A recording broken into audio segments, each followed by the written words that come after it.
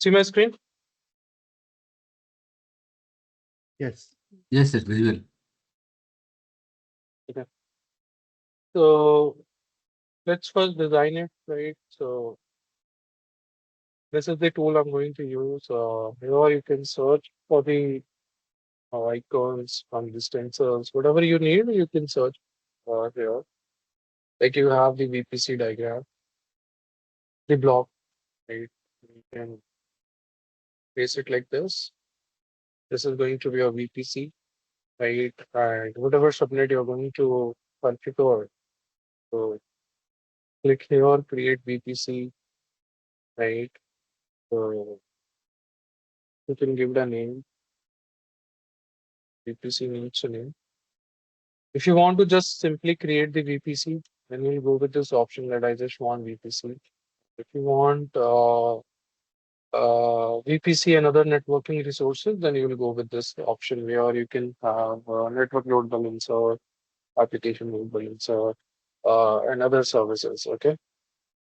So tag auto generate, you can remove or you can just have your own tag.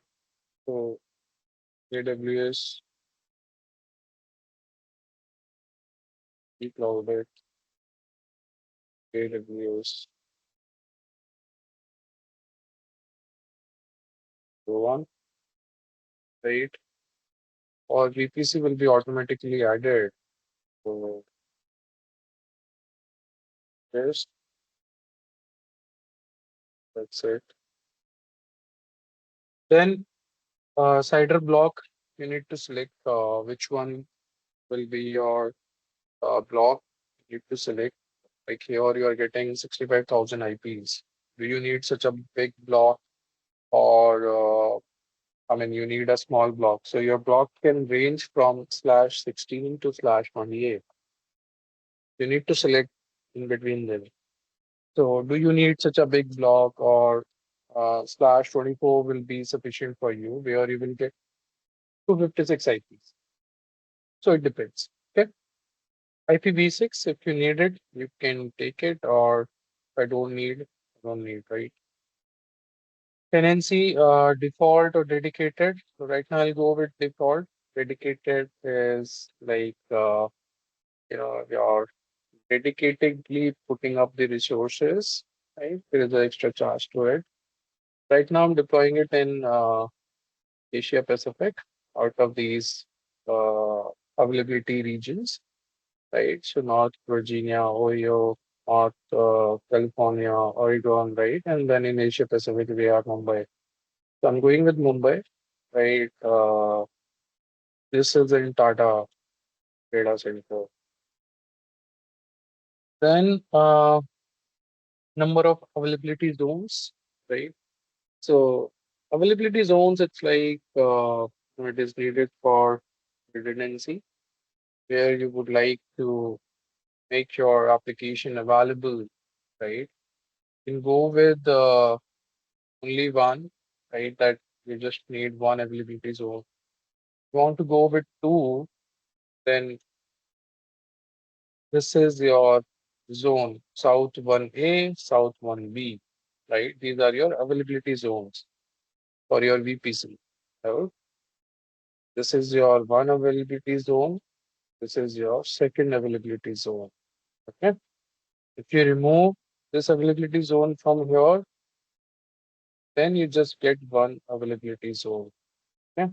So mostly applications, you will see that they are coming up with two availability zones, so that you know if something goes wrong with one zone, your application should be reachable. Then number of public subnets, the number of public subnets needed to access the application publicly over the internet. Right now, you are using two availability zones. So one public subnet would be needed for this, one public subnet would be needed for this, and vice versa. One private subnet would be needed for this, one private subnet would be needed for this. Okay. Number of private subnets, Now, subnets, if you want to customize, you can customize, right? Like the overall CIDR, we are going with /24 out of it. This is going to be my public facing subnet in first availability zone /28, 16 IPs I'm going to get.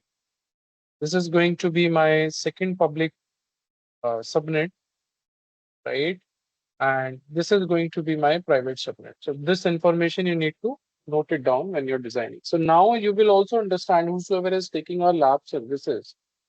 So when you build your topologies, so what I have done, I have given you that WAN range link, right? WAN IP list where again those are private IPs only. But for you, those are public, right? Your public subnets. And then private subnet you can choose on your own. So whosoever is using our lab services, they will now understand how it works. Okay? So do not get confused that this is the private range, why they are calling it out as public subnet, right? Because this will be public facing where your internet gateway service will be attached and they can talk, I mean, this can talk through internet. Okay? So we'll take a note of this because we would be needing it in our diagram as well. So here you can type public subnet.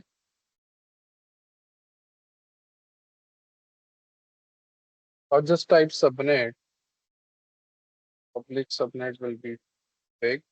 So if you type this subnet, it will give you that public private thing. Yeah, here it is, public and private, right? So I would need public subnet.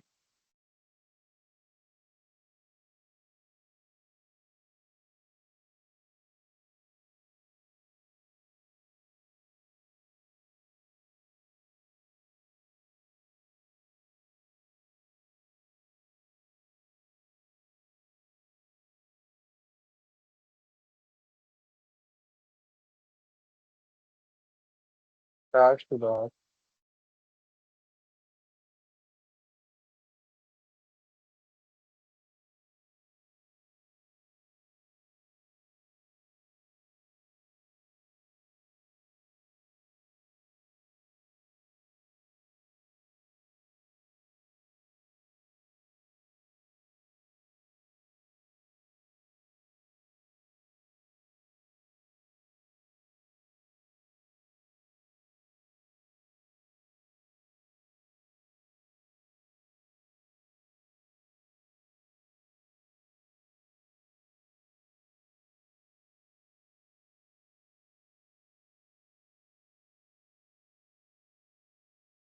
Link group. We need to send it back.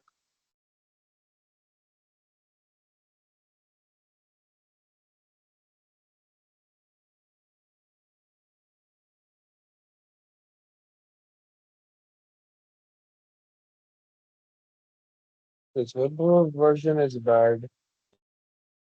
We do get a Dryo application as well.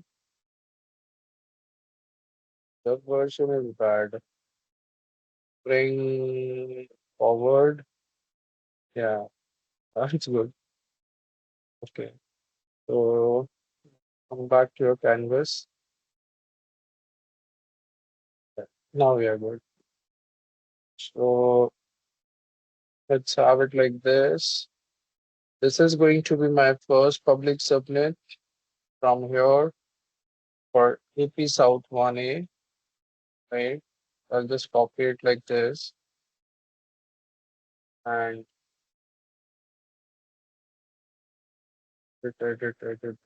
the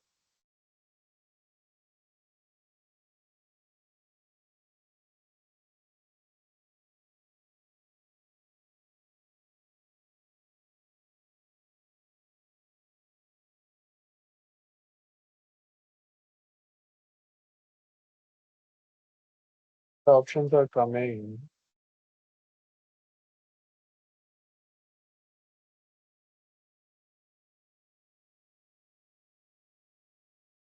Flash 28. Yeah, yeah. For AP South 1A.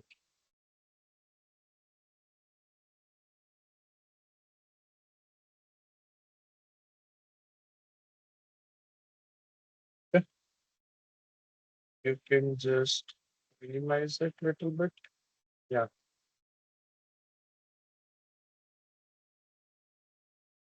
So then I would need my private for this. Okay. Because these subnets you will be attaching to your PMs. Okay. So private is here.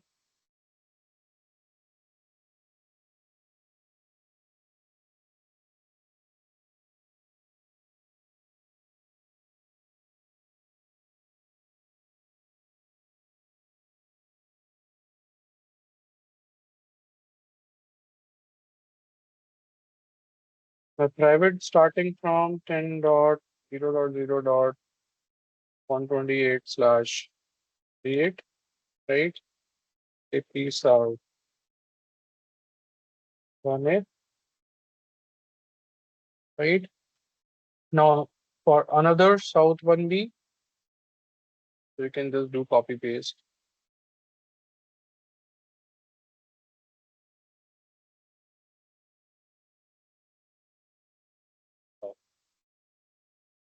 So we do get desktop app.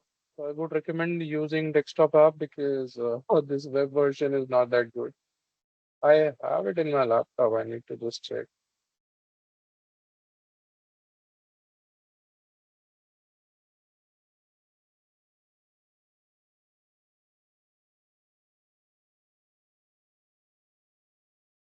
Okay.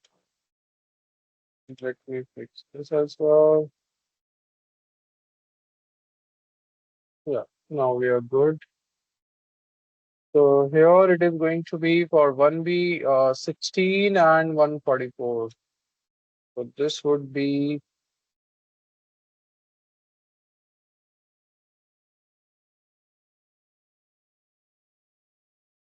/28 AP South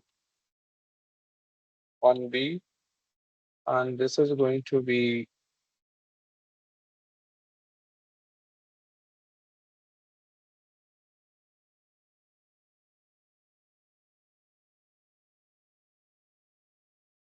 P South 1B. Okay. So everything is correct. Now NAT gateways, right? So this is tangible thing. Choose the number of availability zones in which you need to create the NAT gateway. There is a charge for each NAT gateway. Okay.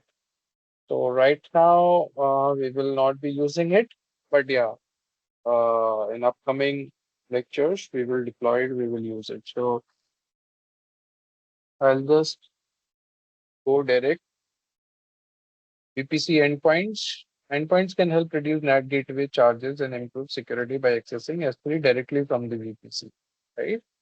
So by default, full access policy is used. So S3 bucket will help you for storing your data and all that, right? So S3 gateway will help you to connect directly with the S3, right? Then DNS options and additional tags. If you want to have it to this particular VPC, so you can just provide it, or if you don't want it, you can just leave it like that, right? So,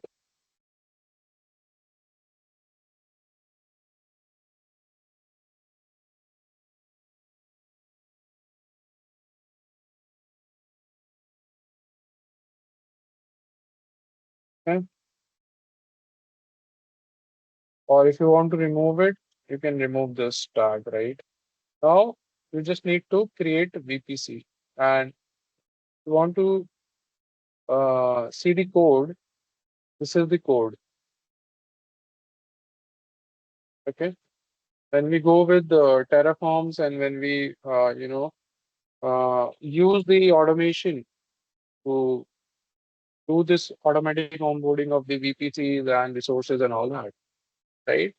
So you can copy paste this particular code. You can keep it with you. You can download, right? So that for future creation, you can just modify the values and you will be able to do it. Okay. So this will help you for your infrastructure as code and it will help you to onboard your, you know, other resources smoothly. Else, just go ahead and click on create VPC.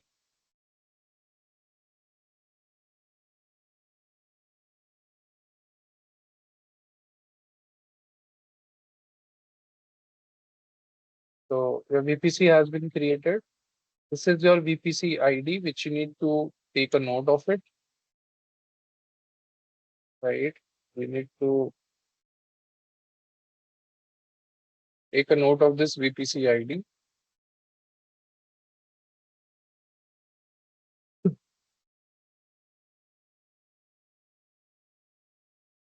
because when we do the troubleshooting, when we do automation with the help of these IDs, we identify the resources.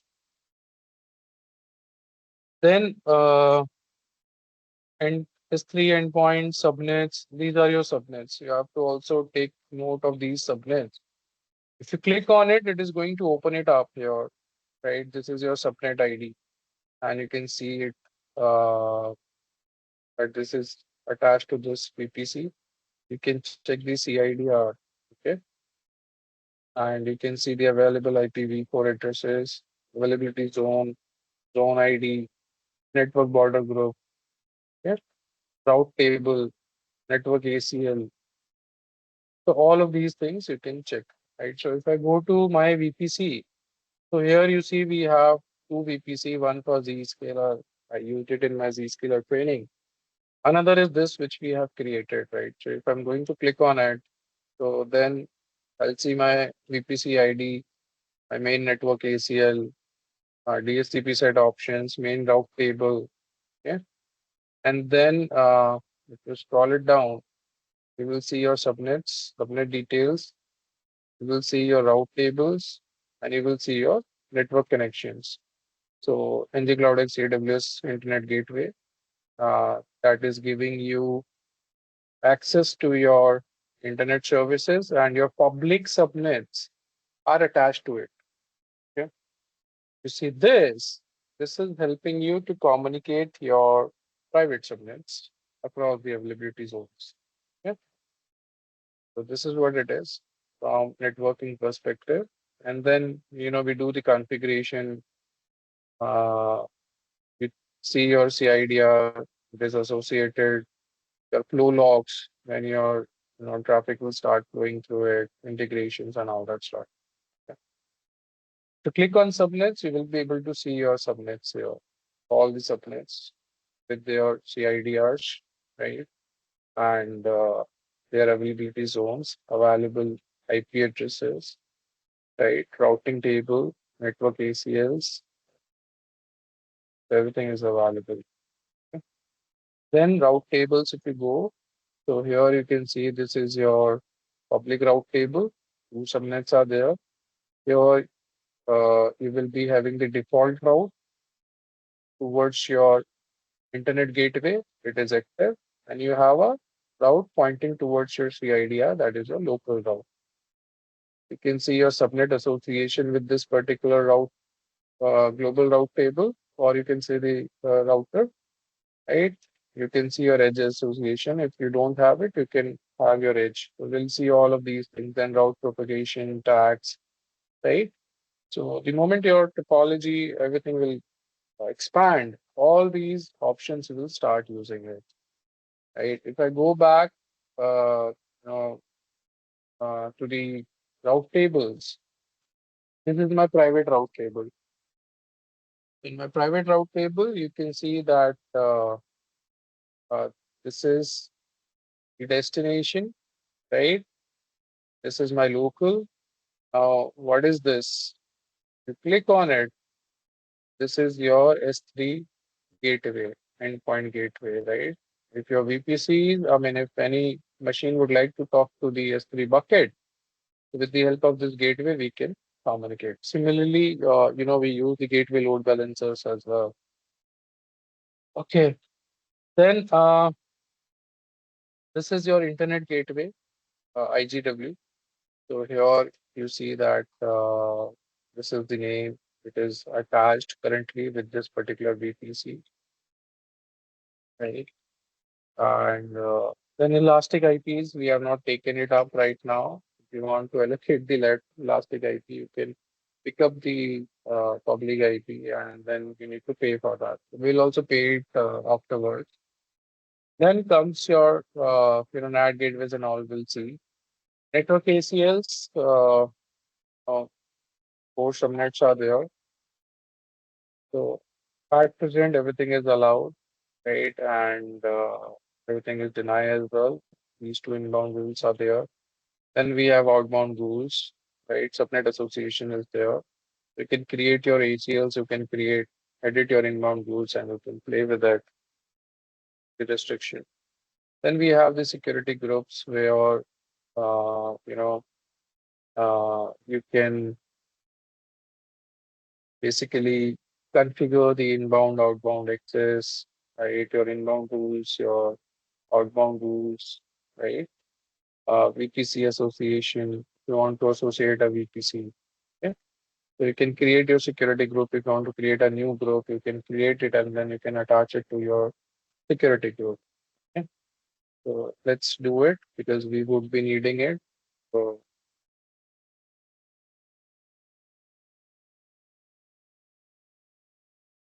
there is the group. So here you can put the description and now you need to select your VPC. And VPC is this, right? Now inbound rule to allow the access from outside. Outbound rules, it's like all traffic, default, you want to allow or you want to drop, right? This is your outbound rule. So we would need this.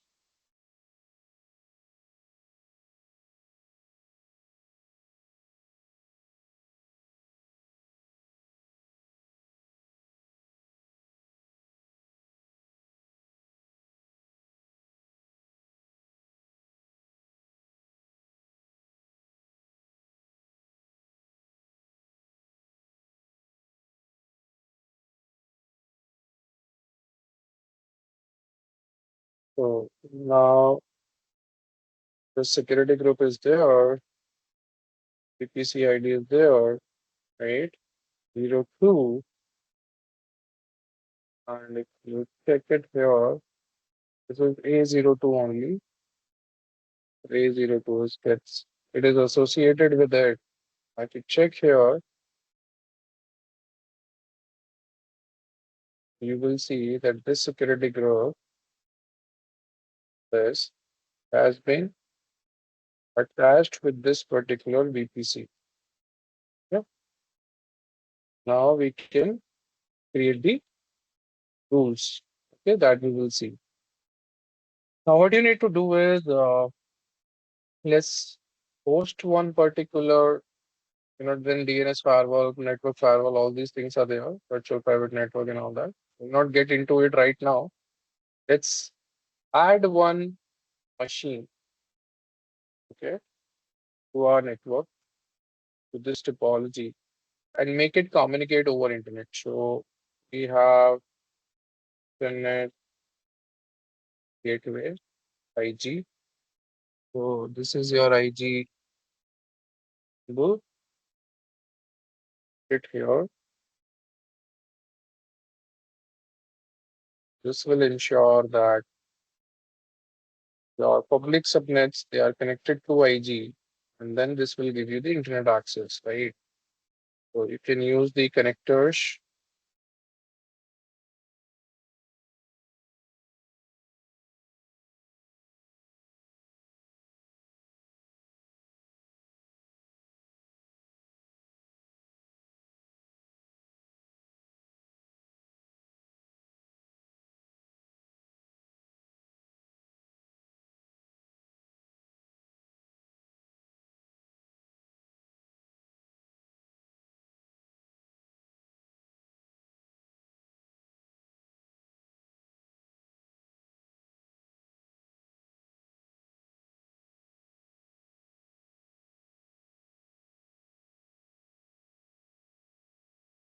Okay. Similarly,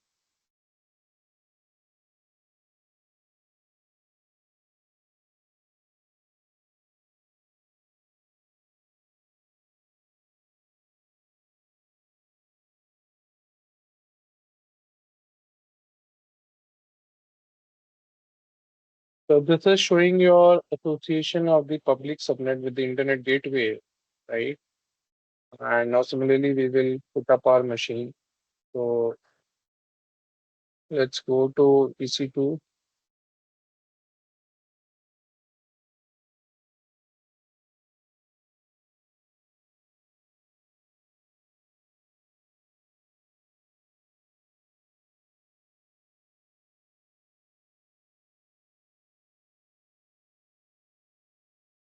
Go to instances,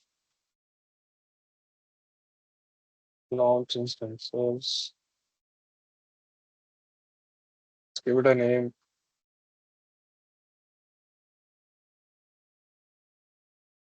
web server. Okay, and search for the operating system. I'll go with Ubuntu, and this I'm going to use. This is the AMI three-tier eligible, okay? 64-bit architecture. So my username is going to be Ubuntu. Okay? Instance type E2 micro. Okay.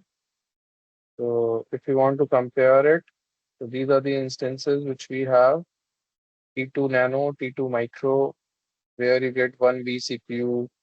Architecture is this. Memory is 1 GB of RAM. Yeah. T2 small, you get 2 GB of RAM. T2 medium, 2 CPU, 4 GB of RAM. T2 large, 8 GB. Extra large, 16 GB, and more CPUs. And 2 times extra large, 32 GB, right? So then we have T3 nano, T3 micro. So basically here, now you have T2 micro where virtual CPU is less. In T3, you get more virtual CPUs, right? And network performance increases. Okay. If you scroll it down, you'll see more big computes coming up, and accordingly comes your cost. So you can see these computes: 96 CPU, 192 GB RAM, 3600, 3.6 terabyte of storage, 25 gigabit network performance. If you spin up this machine, which is the tiny version of my one of the physical server, you're going to get a bill around 20 to 25 lakhs yearly for this machine. Okay? So you have to select your instances very well. Okay? The cost is something which becomes a very big pain later on. So we'll go with T2 Micro because this is free tier eligible. You can see here on-demand Linux-based pricing per hour, on-demand Windows-based pricing per hour, on-demand Red Hat Enterprise-based price, Ubuntu Pro-based price, and SUS-based price. So they have given you the pricing in dollars per hour. So you pay for per hour. Okay. Then we would need key pair because this is not going to work normally. I mean, it's like you are going to spin up the Ubuntu server in the AWS, and then you'll just take the SSH over a public IP. No, it is not going to work that. You need to define the key pair, right? So create a key pair because this would be needed. Now you can use RSA algorithm or you can use ED25519 to generate this, right? So for use with PuTTY, if you want to use it with PuTTY, you can use .ppk. If you want to use it with OpenSSH, right, you will go with .vim. So it depends on you how you would like to use it. Give it a name,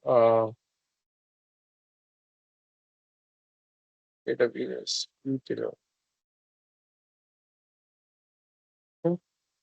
Create a key pair, and you see this got downloaded in your system. So we will call it in PuTTY when we will be connecting with this. Then network. This is the important part.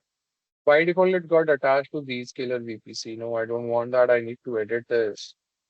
I'll connect to my VPC. Right. Now it is connected to my VPC. Now we need to define the subnets. Yeah. So AWS public subnet one, right? So it is connected to that particular CIDR. Yeah. So that is correct. Auto assign public IP. Yes, because we don't have elastic IPs. We'll go with auto assign. Firewall security group, we'll select the security group which we have just created. This one, okay.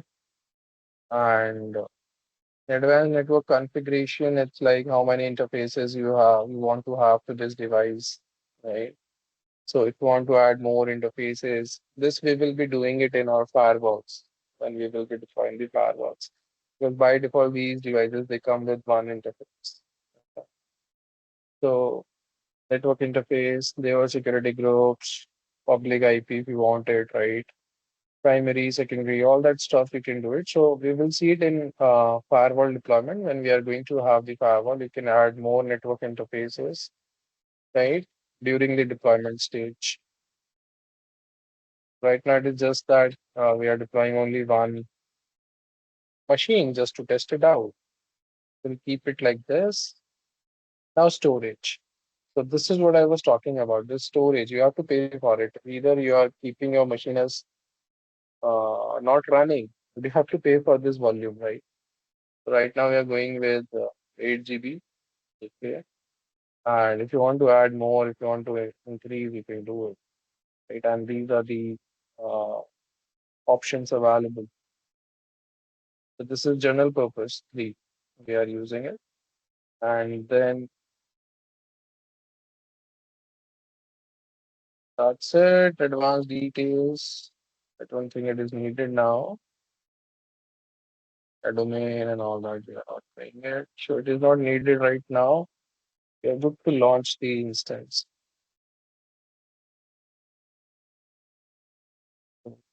You want to see the logs? See, go to your instance. Yes, in pending state will become running, and then you'll see the IP addressing and all that, and you will be able to communicate. So in our diagram now, it will be like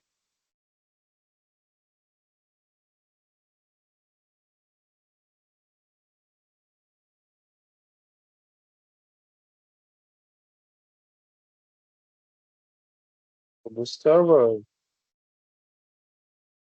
We are putting it here, right? And we have attached it to this. Okay. So it is going to get the IP on this interface from this particular subnet, and then it will get connected to internet gateway, and then it will be able to talk to internet. And then from outside to inside, we will also come.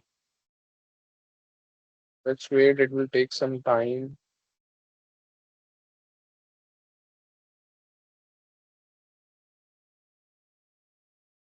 You can see public DNS.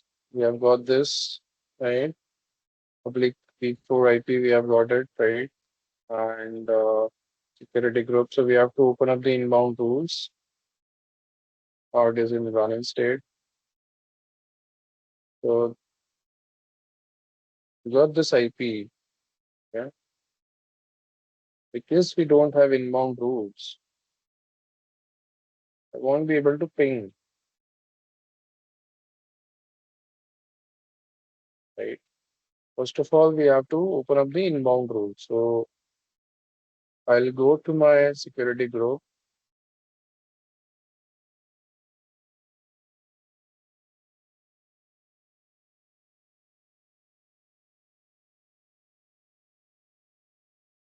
Sit here and navigate from here.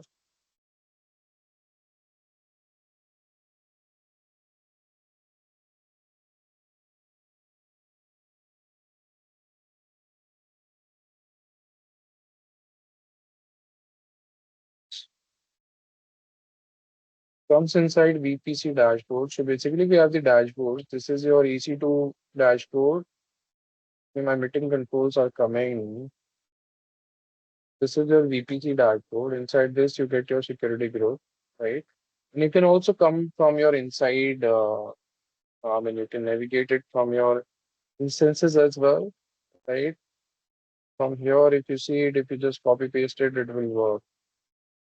Now they give you this, like you can click, you'll get. Similarly, if you scroll up, you'll see your subnet. If you click on it, automatically it is going to open it up here. It will take you to that VPC dashboard, and this is your VPC, right? The private IP. So it has got 10.4.0.0.14. Okay, the public, your private IP. So this is what it has got, 10.0.0.14. Let's update it here.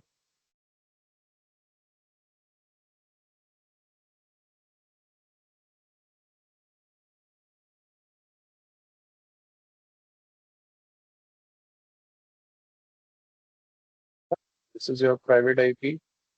On public IP, the public IP which you have got, let me just close this. Yeah. So this is my public IP, which I have to update.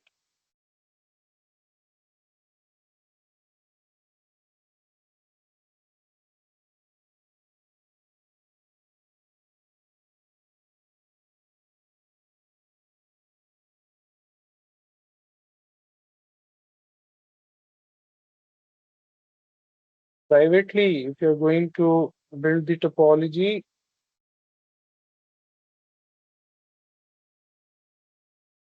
then you will make use of this private interface. So basically, the topology which we are going to build in upcoming lectures by using these private and public subnets, right? Then we will be making use of this.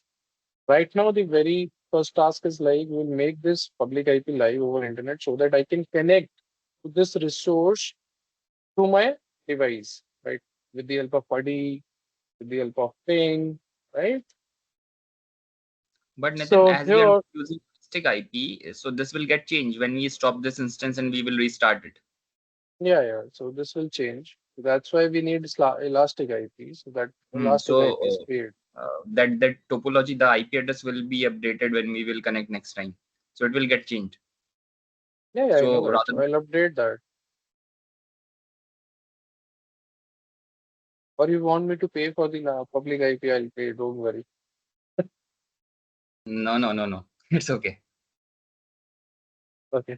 So inbound rules. So edit inbound rule, add rule, and ICMP v4. Right. So I can just allow my IP, or I can just allow any when you are opening up the inbound rules, because these are not next generation firewalls, right? This is just like code based service allow and block. You're doing it. That's why we need firewalls in the cloud. We deploy checkpoint, Palo Alto, coordinate. We'll talk more on it. So save rules, and let's do the ping again. We got the ping. In fact, you guys can also try from your browser if you like, and from your command prompt. Just do ping to this IP. All of you will start getting the pings. Okay. Now the next step is like I need to allow SSH. So I will allow SSH. So SSH custom all, right. Now if I will try to do PuDDY directly on this public IP, it is not going to work, right? Because the moment I try to log in, will disconnect. Okay. So here, because that key feature is there, right? So I have to use that particular key.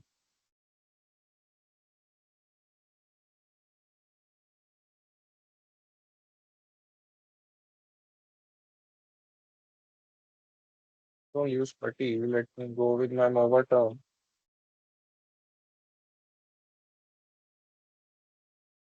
Okay.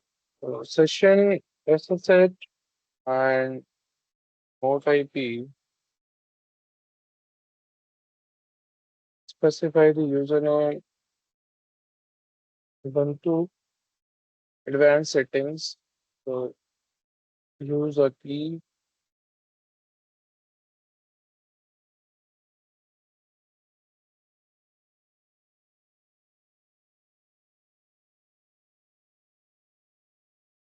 And we are inside the server.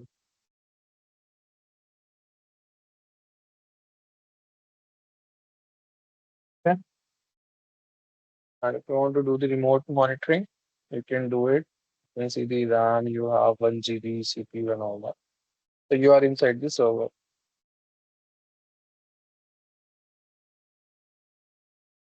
If you guys try to come inside the server, no, it will not work. Let me see whether this machine has internet access. Yes, it has.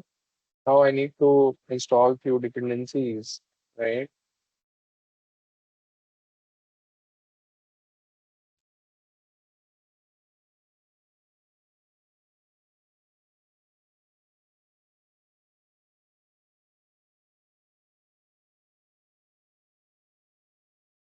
So you can also try, but if you can take,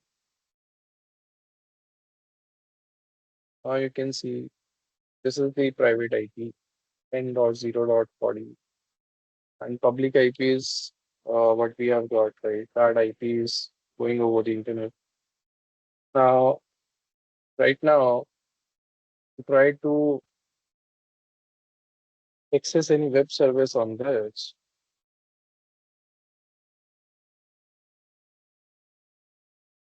So nothing is there, right? We can host the web service.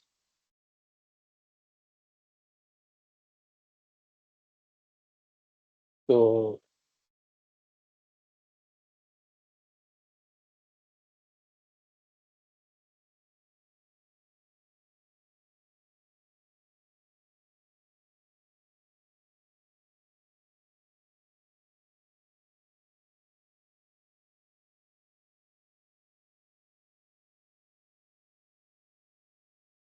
we need to update the cartridges. This is egress data, you know, because now this server is downloading this information from the internet, right? So this is egress data. Whatever calls it is making to internet, that is egress. And you can see the utilization as well. Uh,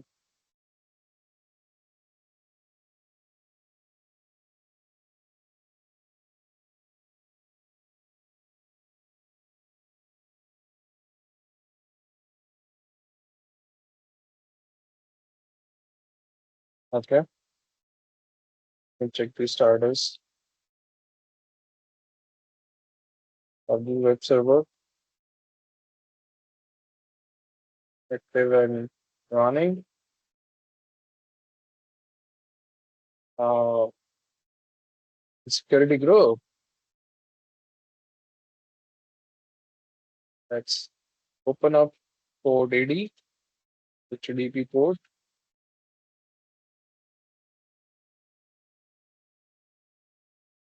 Let's see what we get here. Bingo. Got the page, right? So if you want to change this, you can change it. Now you guys can also open it up. Just hit this, and even I can give it a DNS record right away. Then we need plastic IP. If you do this, you will be able to see that. So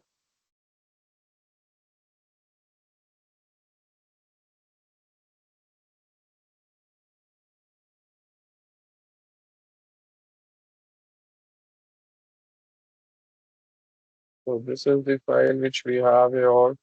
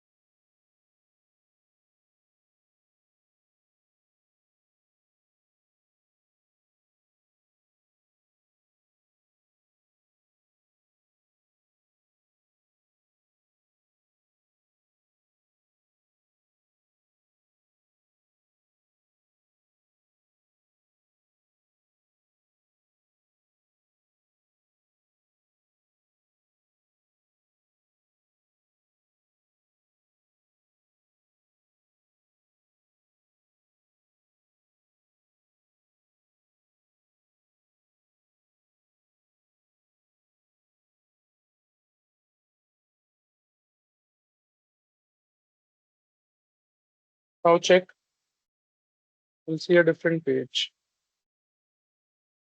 Okay. Now, if you want to integrate this to my domain, I can do that. I just need one DNS record, aws.ngcloudx.com, and this website will become live on that particular domain. So this is how you can make your services live on a cloud. It is a very simple topology. I have not done much. Things are going to be difficult and complex when we have a big topology, big data set. Okay. So today what we have done is like we have just you can unmute yourself. We have just hosted one server.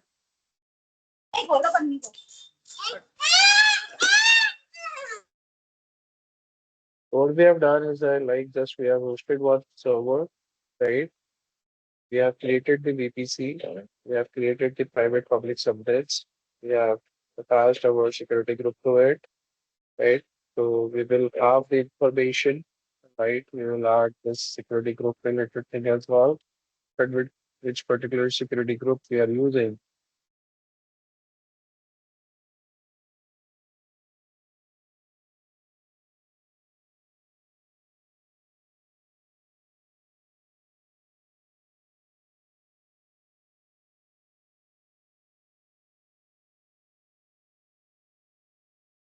So you can have it, right? You can have the details and attach it. And this particular security group I'm using control my inbound and outbound exits.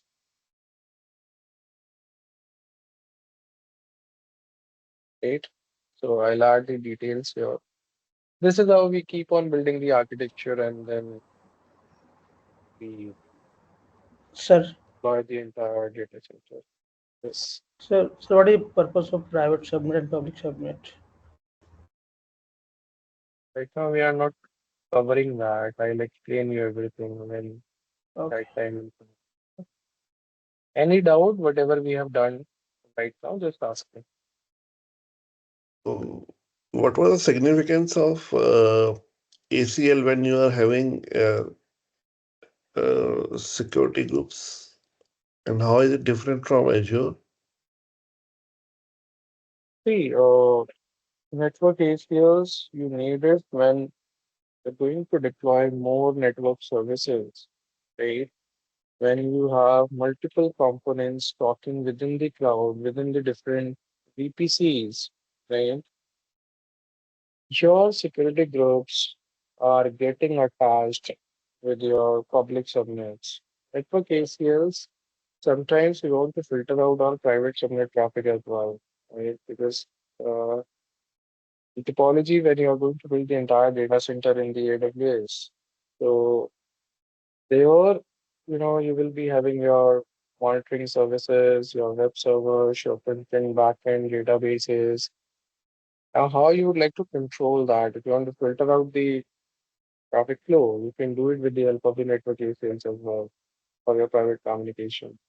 Because security group, we normally keep it in our outside domains, right? For public facing subnets. Network ACLs, we try to keep it in our private subnets. We want to filter out the traffic. Because in Azure it's only security groups, so there's no concept of ACL. And do you have the bring your own IP concept here for the public IP? To check that because I have never used it.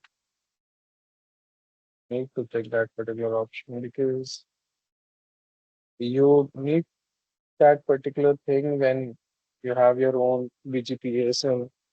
Because recently they have given you the support of BGP as well. It was not there earlier. I need to check whether that uh, private the PSN which are owned by the customers and the IP which are owned by the customers, whether they can be. I think you can do it.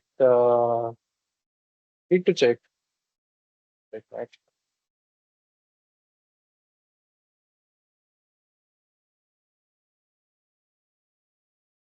Any other doubt, whatever we have done today, and you might be able to notice that only I can log in into this server, not you guys.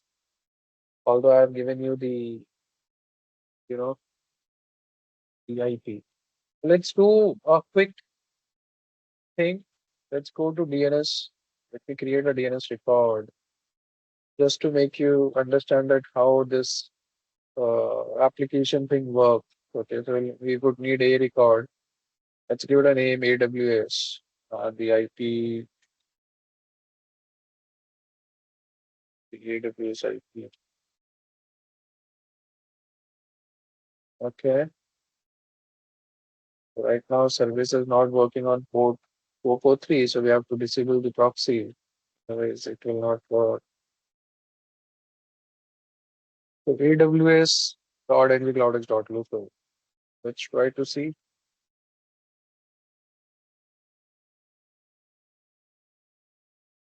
college.com. We are getting the IP now, right? So rather hitting on public IP, now I can hit on aws.ngcloudx.com because I have a DNS record. Okay. Now, if I want to launch this as a service, then I have to go with Elastic IP because if I'm going to turn off my machine, this will change. Okay, and then my service will go down because I have to update my DNS record. Okay, so this is what it is. Any doubt, anyone? Whatever we have done today, internet gateway, this machine, EC2 instance, subnet, routing table, because we have a default route towards the internet gateway. That's why, this machine has got the internet reachability. To remove that route, this machine will lose the internet reachability. Now, basically, I have taken the shell of this machine with the help of the SSH protocol, and I'm into the terminal, and I'm configuring it. I've configured one web server, posted my web page, and it is live. Okay. Nitin, what will be the packet flow here? Means the traffic is coming on the internet gateway first, then on the VPC security gateway, or it's like the server security gateway, the traffic first hits. The security gateway is attached to the VPC only. Yeah. Okay. Let me just get some space. The security gateway is on your VPC, the security group. Sorry, I'm to correct myself. The security group is attached to your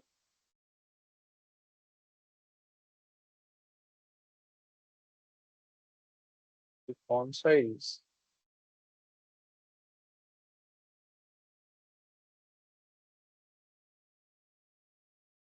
A web version is very bad.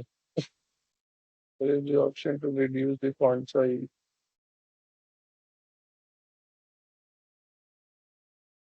The application is good. Application you can download, right? If you don't have visual, uh, this Visio, Microsoft Visio, which I have Visio as well. Because web version, I'm literally struggling to make changes. Let's keep it like this. So this security group is like this. Right? This is associated with your VPC. Now, whatever public subnets are there, we want those public subnets and whatever server or services you are hosting, because you don't have NAT gateway right now, you're directly using public IPs on your servers. So it's like going forward when our topology will expand, I'm not going to use individual public IPs on my devices, right? I will be using, let's take an example. You want to create your VDI infrastructure, right? So you're not going to use the public IPs on your machines, right?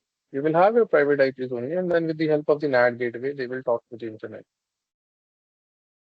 So this is where it is. The security gateway is attached to your system,